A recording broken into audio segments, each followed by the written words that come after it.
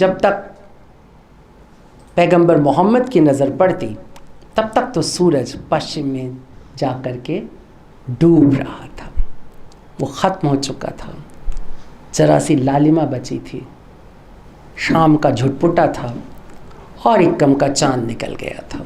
इस्लाम का चिन्ह इक्कम का चांद है, पतला सा चांद। इक्कम का चांद निकल गया था, झुटपुटा था। शाम के झुटपुटे में ये तो लगता है कि बहुत कुछ है, पर ये नहीं लगता है कि क्या कुछ है, क्योंकि तब सूर्य सीधा नहीं आता है। सूर्य की किरणें परावर्तित होकर के आती, रिफ्लेक्ट होकर के आती है। इसलिए जब हम कुरान पढ़ते हैं और अगर हम बगल में गीता या उपनिषद रख करके पढ़ते हैं तो हमको दिखाई देता है किस तरह से गीता रिफ्लेक्ट करती है, किस तरह से उपनिषद रिफ्लेक्ट करता है। रिफ्लेक्शन वैदिक धर्म का,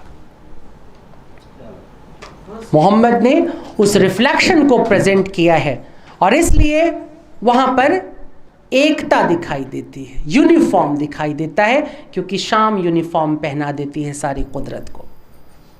तुम सुबह जब निकलते हो तो हर आदमी, हर पेड़ छोटे छोटे बच्चों की तरह अपने अपने कपड़ों में नंगा धड़ंगा इधर उधर कूदता फांदता नजर आता है। लेकिन जैसे रात होते ही माँ सब बच्चों को समेट कर एक ही काले कंबल में लिटा करके बंद कर देती है, ठीक वैसे ही कुदरत रात के समय एक ही अंधेरे में सबको समेट देती है। और इसलिए इस्लाम सबको एक बराबर ले आता है, कहता है सब एक बराबर हो जाओ, क्योंकि वो काल जिसमें कि सब एक दूसरे को समझते थे, वो काल जिसके बारे में भीष्म कहता है कि और वहाँ सभी धर्मज्ञ रहते हैं, इसलिए न कोई दंड है न कोई दंडित है, वो काल बीत चुका था। अब यहाँ धर्मज्ञ नहीं रहते थे, पापी रहते थे, धूर्त रहते थे, दुष्ट रहते थे।